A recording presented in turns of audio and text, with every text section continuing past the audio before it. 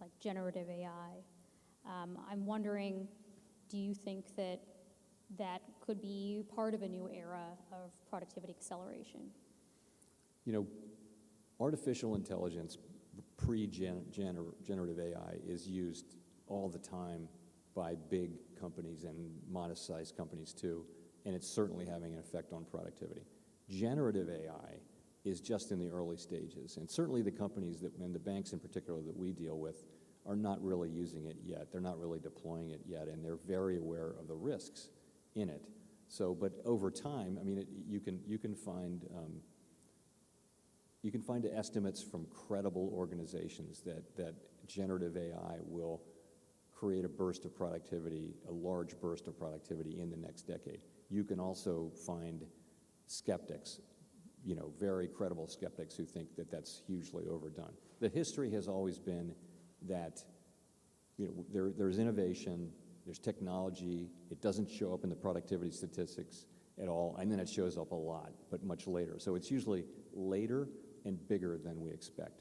That may be the case here, because this really, it is an extraordinary set of developments, and the ability to replace a lot of work that's currently done by humans, including well-educated humans, is obvious. How does that influence your thinking about monetary policy? You know, it really doesn't in the short term. We keep extremely close tabs on the labor force. If you think about it, monetary policy is trying to keep the economy at maximum employment and price stability, trying to use our tools to do that. And that's you're thinking, you know, at 2 or 3 years out, the kind of things that drive longer run productivity and that matter for the longer run are really not tools that are in our hands. The best thing we can do for technological evolution is to create macroeconomic price stability, by which I mean price stability and a good, strong, stable labor market, so that people don't have to worry about inflation, volatile or high. And so that's the most that we can do, I think, best thing we can do. You mentioned that a lot of the financial institutions that you regulate or you oversee are also experimenting with these new technologies, with AI. Given that so much AI is not explainable, you know, it's sort of a black box, a lot of the time the software engineers or others who work with it cannot explain how it came to the decision that it did. Does that make it harder to regulate in the sense that there might be blind spots for certain kinds of systemic risk, right? If banks don't necessarily know how they're coming to the decisions that they're coming to, and there could be some herding that may not be obvious ex ante. It raises just that kind of question, many different questions like that. I would say the good news is, in terms of the institutions we supervise, we understand that, but they understand it very well. I think people are treating AI very carefully, and they're not just loosing it, at least among the regulated banks, they're not just loosing it on their customers and on the problems they face. They're being very careful and thoughtful, we believe, or at least I believe, about how they implement it, doing lots of work, but they're keeping it carefully under wraps and you know, not deploying it so much yet in their business. And working, you know, everyone's working to understand the technology, where it's going, what it's capable of, what the risks are. And you know, you mentioned that.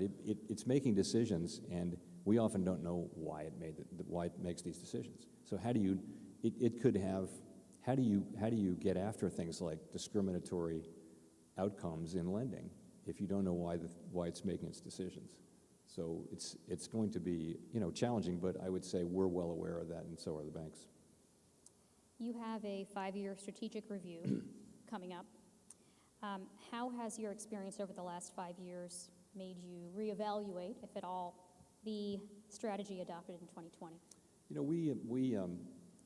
we had a strategic review, and we have a document called our Statement on Longer Run Goals and Monetary Policy Strategy. It's 1 page.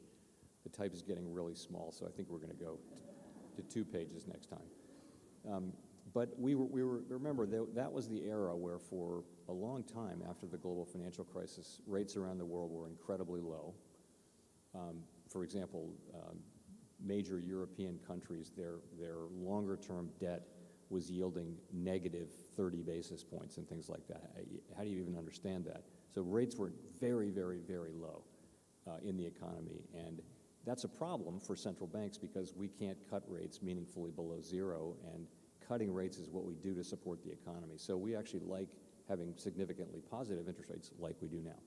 All right, so what we did is we said there was a whole literature on how you deal with, in monetary policy, how you deal with having interest rates stuck at zero in effect, and you can't cut, you're kind of stuck, you can't support the economy, you get into this trap where growth is low, inflation is low, unemployment is high, and you can't get out of it without fiscal policy, and fiscal policy is challenged. So there was a lot of research done on it, and we took a pretty mainstream, fairly vanilla approach to that, which is, I won't go into all the details, but it was to have a makeup strategy so that we would promise ex ante to let inflation run a little bit high if it were running too low. And the thought was, if people believe that you'll do that, if that's credible, then inflation won't run low. So that's all we did. 4 months after we announced that the pandemic hit, and then inflation a year after that came up. So the change, 20 years of low inflation ended sort of 4 months, or a year and 4 months after we did the framework. So the question we'll be asking in this framework 5 years later is, really it revolves around how do we think about the problem of the zero lower bound now? Now that interest rates are substantially higher than they were, substantially higher, is that going to be so the question you're asking is, do we, in a world where we review the framework every 5 years, shouldn't we change the framework to reflect that interest rates are higher now, so that some of the changes we made are probably not necessary, or in any case shouldn't be the base case anymore? They might be a case that we can have that remedy at the handy, but at the same time, the base case should be more like a traditional reaction function where you don't promise an overshoot, you just target inflation. We haven't made any decisions, but those are the questions we'll be asking. You mentioned the prospect of long-term rates being higher, the neutral rate being higher. You've said many times when asked by journalists, among others, about how we know when we've hit the neutral rate, that we know it by its works, yeah. Right? Which almost sounds like ecclesiastical or something. How long does it take to evaluate whether we've hit it? When do we know? If there are lags between the time that we hit the neutral rate and then we can see it in its works, does that increase the risk for policy errors? Let me just take a second and explain. So we move interest rates up and down, but what is high and what is low? Compared to what is the question? You have to have an estimate of something that's kind of neutral, something that a level of interest rates that's neither pushing the economy up, supporting it, or dragging it down, which would be higher restrictive policy. And we fully acknowledge that there's no sort of either theoretical or empirical way to arrive at an estimate of what the neutral rate is that you can really have a lot of confidence in. So what does that argue for? It argues for moving carefully. So in our current situation, we feel like our policy is restrictive. We can't say exactly how restrictive it is. By that I mean it's weighing on economic activity and lending, and hiring and all that, because the economy was overheated and now it's cooling down, and it's moved pretty much as we had hoped it would, which is to say we've had a gradual cooling in the labor market. Inflation's come down a lot, and the labor market's not quite stabilized, but it's in a good place. So it's actually worked very well.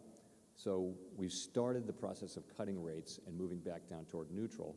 I think the right way to find that level is carefully and patiently. You don't want to move too quickly. You may have to move quickly, because if the labor market were to begin to deteriorate in a serious way,